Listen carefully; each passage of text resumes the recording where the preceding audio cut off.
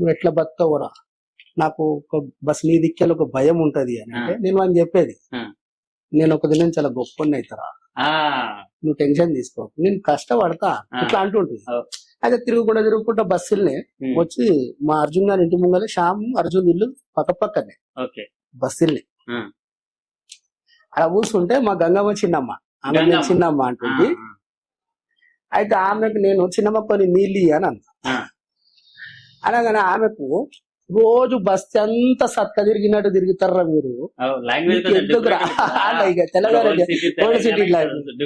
ఎందుకురా మీకు ఒక కష్టం తెలియదు పాడ తెలియదు, దినం అంతా తిరుగుతారు బిడ్డ, మీకు ఇంకెందుకురా నీళ్లు గీళ్ళు అని అంటే ఆమె ఒక సప్పుట్ల ఆవారగాడని అనగానే నా మనసు జర కదిలిపోయింది. ఆవారగాళ్ళ లేక తిరుగుతారు అని అమ్మమ్మ అమ్మనైనా లేదు నాకు, ఈమె ఎందుకు అన్నది అంటే ఆమె దృష్టిలో మనం ఏంది, నేను ఒక్క దగ్గరనే లైఫ్ ను ఒక క్వశ్చన్ మార్క్ లెక్క తీసుకొని టర్నింగ్ పాయింట్ లెక్క సెకండ్ డే నేను వెళ్ళి పని చేసిన.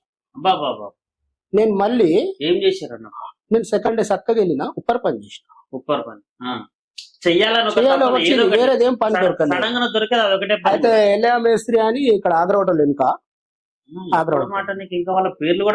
ఉన్నది ఎల్ఏ కాక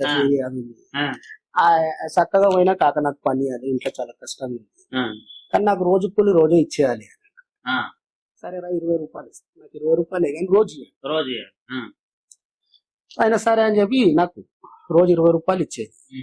నేను అట్లా పని చేస్తూ కొద్దిగా నాకు అందులో అడ్జస్ట్మెంట్ కరెక్ట్ గా అయితే లేకుంటే నేను ఆలోచించిన కొద్దిగా ఇంకా ఏదన్నా కొద్దిగా ఇంకా వేరేది ఏమైనా చేయాలి. అట్లా మళ్ళీ మెల్లమెల్లగా పని చేస్తూ అక్కడనే మా అన్నది చిన్న కొట్టి లెక్క షాప్ పెట్టినండి, కార్టూన్స్ 3 అన్న. ఇప్పుడు ఆయన చనిపోయాడు లాస్ట్ 2 months అయిపోయింది.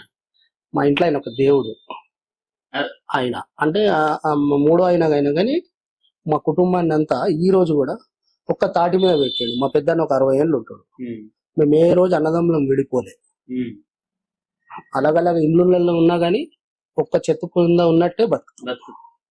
ఇప్పుడు చాలా తక్కువ కానీ ఇవాళ కూడా మా పెద్దన్న అంటే మాకు తండ్రి, ఆయన కూర్చోంటే మేము ఏనాడు కూర్చోం. ఆయననే ఎప్పుడైనా కూర్చోర్రా మనసుతో అంటేనే కూర్చుంటాం, లేకపోతే ఆ ధైర్యమే రాదు మాకు. అయితే ఆ విధంగా ఇప్పుడు కూడా మీరు అంత రెస్పెక్ట్ ఇస్తాం ఇయ్యాలి. అందరు అన్నదమ్ముల మాటలు, నా తమ్ముడు కూడా నాకు అట్లనే, మా అన్నలే అని కాదు, మా అన్నలకు అందరికి మేము రెస్పెక్ట్ ఇచ్చుకుంటాము. మా తమ్ముడు కూడా మాకు రెస్పెక్ట్ వాడి నోట్లోకి వెళ్ళి నేను ఇట్లా కూర్చుంటే కూడా వాడు కూర్చోవాలంటే ఆలోచించి కూర్చుంటాడు. సో వానికి అందరం మేము కొడుకు లెక్కన చూస్తాం చిన్నోనికి.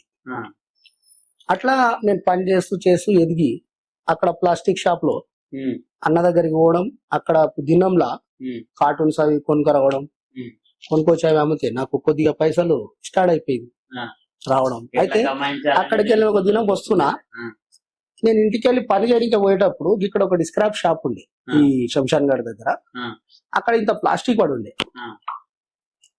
అయితే నేను అక్కడికి వెళ్ళి కుప్పర్ పని చేసి వస్తుంటుంటే ఒక కుప్ప దగ్గర ఇంత కుప్ప పడి ఉంది ప్లాస్టిక్.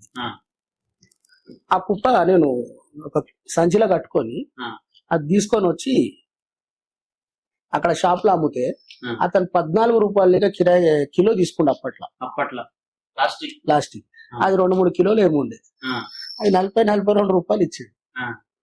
ఇచ్చేసరికి నేను కన్ఫ్యూజ్ అయిపోయినా, 20 రూపాయలకి నేను దినమంతా పని చేస్తున్నా, ఆడ ఒక కుప్పవాడు ఉంది, నేను ఆడ పోయి ఏరితే నేను ఎంత ఇంకా నేను 5-10 కిలోలు 20 కిలోలు కూడా ఏరొచ్చు పొద్దుంతా ఏరితే.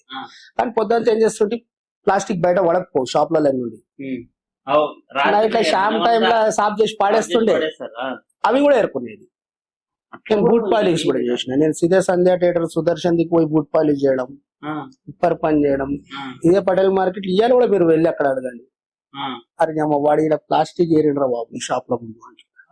ఎక్కడైతే ప్లాస్టిక్ ఏరినా, ఎక్కడి నుంచి అయితే జీవితాన్ని టర్న్ చేసుకుంటూ కష్టపడి వస్తున్నానో, నేను మళ్ళీ ఒక పాన్ షాప్ లో పాన్ తినేది రెగ్యులర్ గా. ఒక పాన్ అలవాటు అయితే ఆ పాన్ కొనుక్కోవడానికి పోయేది.